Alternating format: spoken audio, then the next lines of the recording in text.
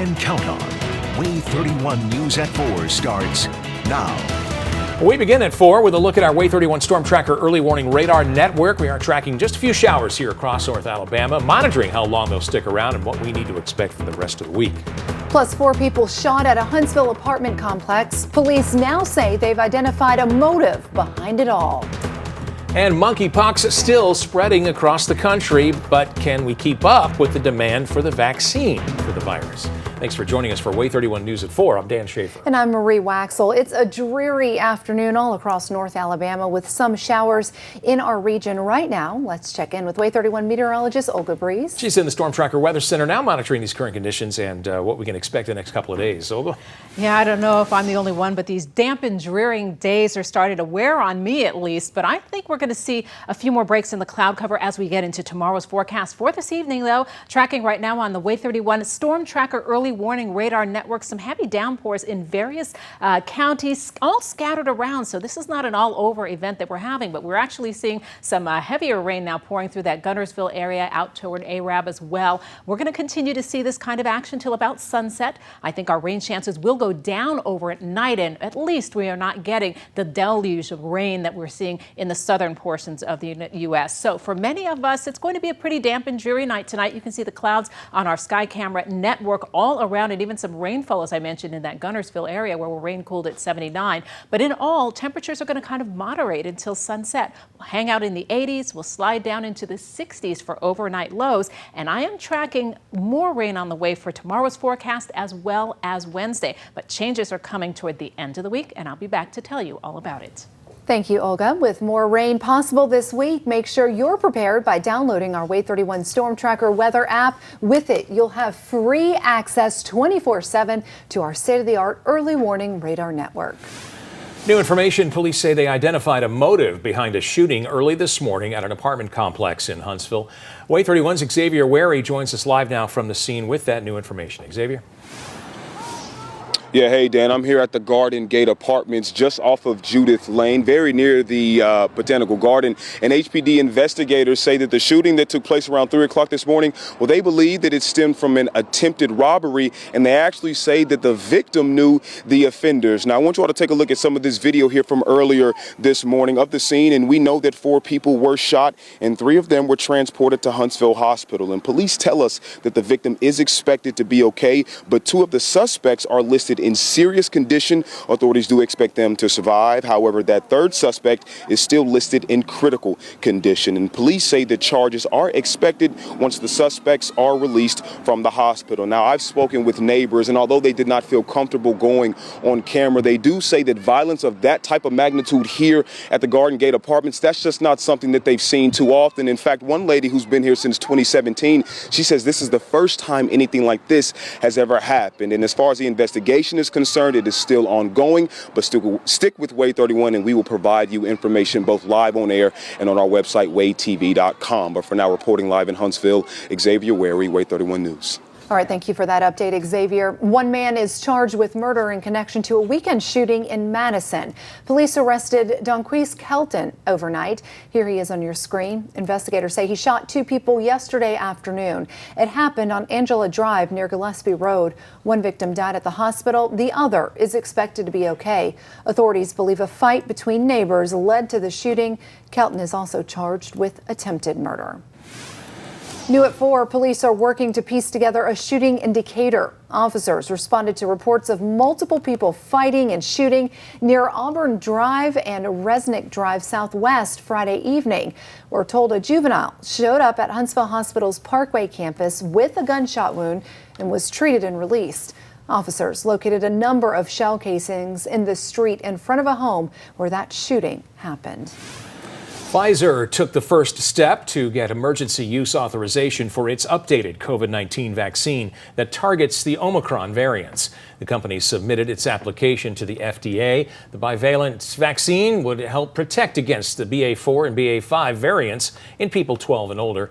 The company says the shot could be ready to start shipping in September, pending authorization. Ultimately, it's up to the FDA to give the green light for that shot. Here's a better understanding of the coronavirus's impact in Alabama. According to the state health department, every county in North Alabama is considered to have a high level of COVID-19. Our entire region, along with the rest of the state, is said to have a high level of community transmission. We also know there are nearly 600 COVID patients hospitalized statewide.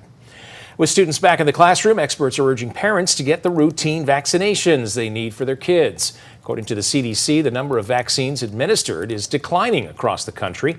A pediatrician and member of the CDC Advisory Committee says we have to keep the level of routine vaccinations high to keep preventable diseases at bay.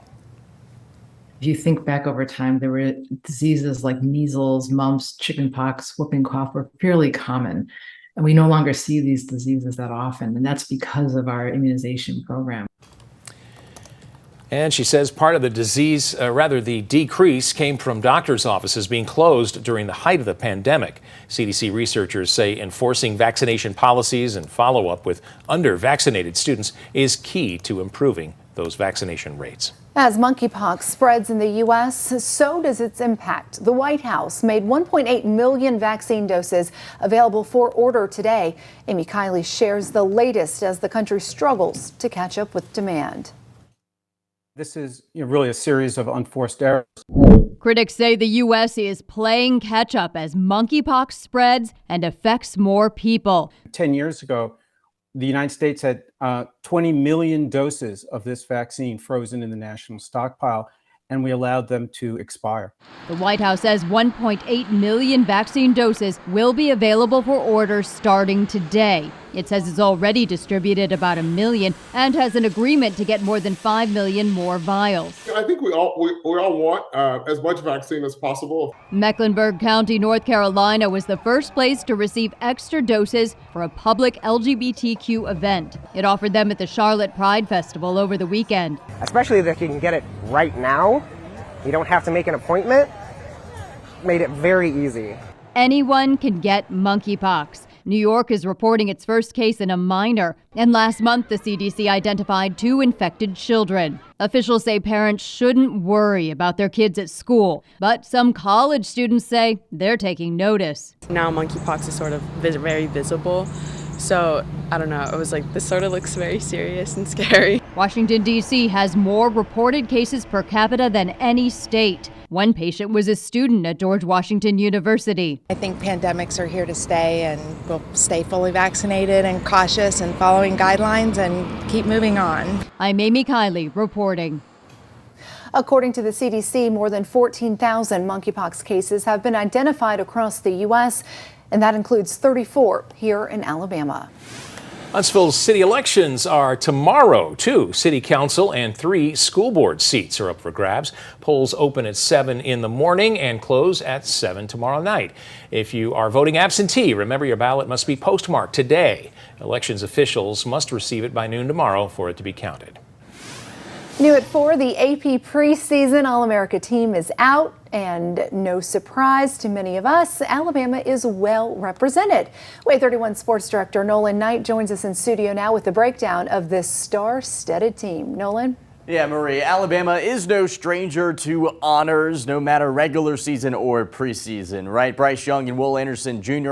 are among 4 players from the top-ranked Crimson Tide that were selected to the AP preseason All-American team. Joining the Heisman Trophy-winning quarterback and the star pass rusher are Alabama defensive backs Jordan Battle and Eli Ricks. A panel of top 25 poll voters selected the team players for the team. Tide running back Jahmyr Gibbs made the second-team All-American team as an all-purpose player, along with offensive guard Emil Ekiyor Jr. Alabama's 4 first-teamers and 6 players on the 2 teams overall were the most for any school. Ohio State followed with 3 first-team selections and 5 players overall. The Crimson Tide begin their season on September 3rd against Utah State. Marie. All right, thank you, Nolan. The Auburn Tigers start their season the same day at home against Mercer. The Tigers, unfortunately, did not have any selections for either preseason All-America teams. Here at WAY 31, we love to give back to our community any way we can. And today, WAY 31 meteorologist Grace Anello visited Morris Elementary School in Huntsville. And there she was able to meet with the students and redo a class. Today they talked together about how meteorologists use science to create forecasts to keep students and their families safe. An outcome nobody wanted. The search for a missing teen could be nearing an end. Investigators saying they believe they found the body of a 16-year-old girl last seen weeks ago. We are not quite done with the rain yet, but you can notice that most of it is diving down to the south of our viewing area. I'll be back to let you know when we can finally ditch those umbrellas and enjoy the sunshine.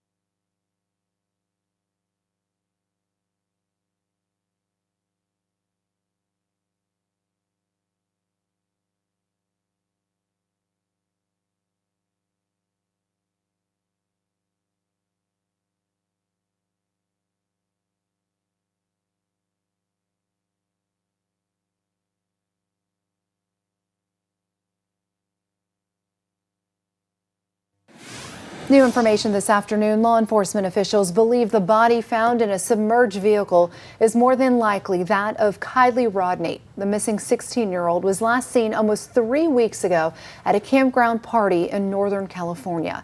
ABC's Morgan Norwood has the latest. Authorities in Nevada County, California say they've recovered the body they believe to be 16-year-old Kylie Rodney, who disappeared more than 2 weeks ago. The body found in a vehicle submerged in a reservoir. We recovered the vehicle last night. We have located a decedent inside the vehicle. We believe it is our missing person. For weeks, dive teams have been scouring Prosser Lake, teams also searching on the ground and by helicopter. But it was Adventures with Purpose, a private volunteer search and recovery team, who made the discovery Sunday, finding what they say was Rodney's car and her body inside. We placed 2 sonar boats in the water. Nick suited up in his dive gear and conducted the dive to formally identify and assess the vehicle. We confirmed it was indeed Kylie's vehicle. Kylie Rodney was last seen on August 6th at a party with hundreds of teens at Prosser Family Campground near Lake Tahoe. Officials saying the investigation hindered by partygoers reluctant to speak, likely due to reports of underage drinking at that party. This is your kids. These are the parties your kids are going to. We need answers. Please, anything, please, I need you. Her best friend Sammy Smith says she was with Kylie the entire party and the last person to contact her before she went missing. I had asked her if she could give me a ride home, and then I realized that she was too intoxicated. Police have this surveillance video showing Kylie hours before the party. Her mother says her last text message to her said she'd come straight home. That message came just an hour before the last known ping from her cell phone around 12:30 a.m. We have stories about the beginning of the night and the middle of the night, but we don't really have, there are no stories about her leaving. Authorities say Rodney's autopsy is scheduled for Tuesday, and from there, toxicology reports will be conducted. I'm Morgan Norwood, ABC News, Los Angeles. New details. Nicholas Cruz's defense team asked jurors to consider the Parkland school shooter's dysfunctional family life and serious mental health issues when they decide whether to sentence him to death. An attorney highlighted his birth mother's abuse of drugs and alcohol during pregnancy, saying Cruz showed signs of fetal alcohol spectrum disorder and antisocial personality disorder from a young age. Cruz pleaded guilty to 17 counts of murder and 17 counts of attempted murder. One woman is dead after a wreck in Coleman County. Troopers say Savannah Hamilton died when the car she was driving hit another car before colliding with an SUV head-on. It happened Saturday night on Alabama 69, about 5 miles east of Coleman. The driver and passenger of the SUV were taken to the hospital for treatment. No injuries were reported in the other car. According to a survey of economists, the Federal Reserve is unlikely to tame inflation without pushing the American economy deeper into recession. 72% of economists expect that could happen by the middle of next year. With the last 2 consecutive quarters of negative GDP growth, by definition, recession is already here. But just 1 in 5 people polled by the National Association of Business Economics say the economy is already in a recession. Tough day on Wall Street. Stocks fell broadly Monday, extending the market's losses from last week. The Dow Jones Industrial Average had its worst day since June, dropping 643 points to close at 33,064. The Nasdaq Composite Index dipped 2.5%, falling 324%, and the S&P 500 fell 90 points. The price of gas, though, is dropping across the nation, including here in Alabama. According to the Gas Buddy, the average price per gallon in the Rocket City is $3.46. That's down nearly 10 cents from just last week, and that's slightly more than the Alabama average of $3.44. Both averages are cheaper than the national average of $3.86. Lots of people in Texas are now trying to dry out after major flash flooding. Take a look at this scene in Dallas. Roads and highways left impassable. Downtown Dallas got 8 inches of rain in just 24 hours. I'm freaking out. My apartment is literally flooding. I just woke up and should I call 911? What do I do?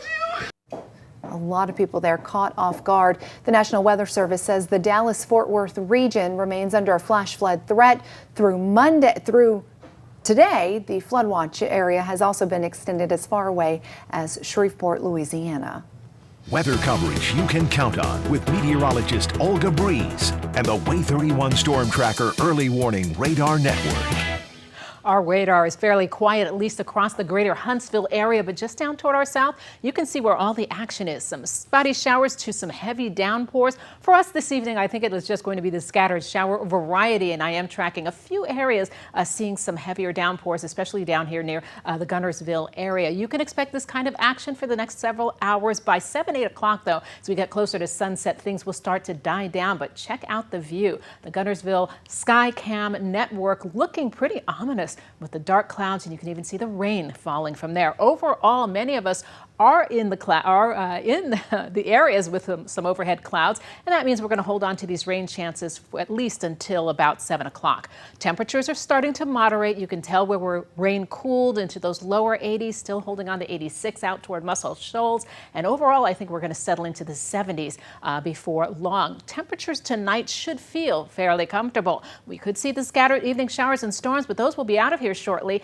And then we'll carry a slight rain and storm chance in the forecast each and every day for this week, although those chances are going down a little bit. Our heaviest rain again is staying mainly toward our southern zones, and for many of us it's going to be a fairly calm evening. As we have a mix of sun and clouds, we will see the temperatures comfortably into those upper 70s around the dinner time hour. For the most part tonight, it's going to be mild, a little bit on the muggy side as winds stay out of the west from 5 to 10 miles per hour. We should start off with overcast skies tomorrow morning and a low temperature of 68 for downtown Huntsville, but in all, I think we'll see the opportunity for highs to get right back into those middle 80s by tomorrow afternoon, and a slight wind shift as well. The opportunity for rain is coming our way tomorrow. I don't think it's a healthy chance, especially in the morning, but watch out in the afternoon. 3 o'clock to 8 o'clock, I think, is our best bet for tomorrow.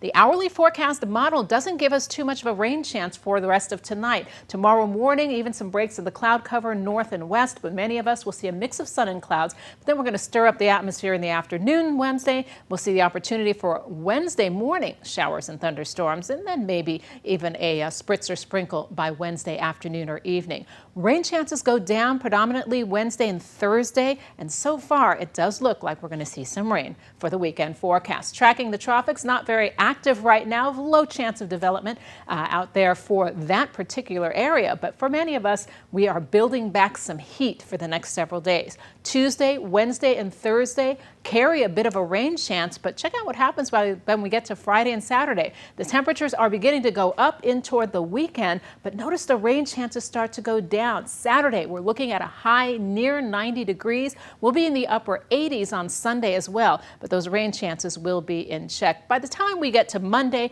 of next week, our temperatures are getting back into the upper 80s again, and we will see some healthier rain chances by this time next week.